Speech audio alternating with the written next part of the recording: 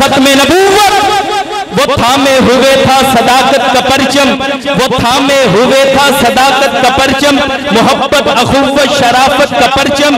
वो कौम और मिल्लत का एक पासबां था, वो तन्हा था गरचे मगर कारवां है।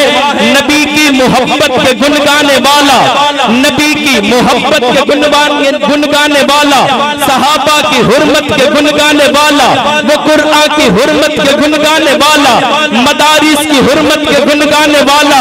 वो ईमान में जब खड़ा बोलता है, वो ईमान में जब खड़ा बोलता है, जमाना गवाह है, जमाना गवाह है, बड़ा बोलता है, जमाना गवाह है, बड़ा बोलता है।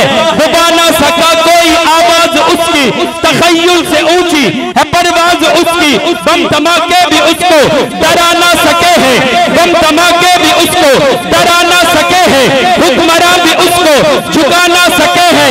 सितम उस पे सब आजमाए गए हैं, जख्म उसको गहरे लगाए गए हैं, मगर फिर भी आगे की जानिब वो बढ़ता गया है, मगर फिर भी आगे की जानिब वो बढ़ता गया है, बुलंदी की जानिब वो चढ़ता गया है।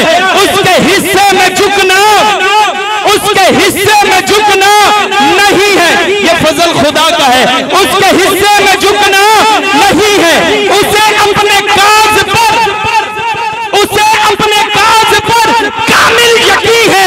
वो दुश्मन का सर, आखिरी शेर है, पता लगे मैं जमीयत के दीवानों में खड़ा हूं,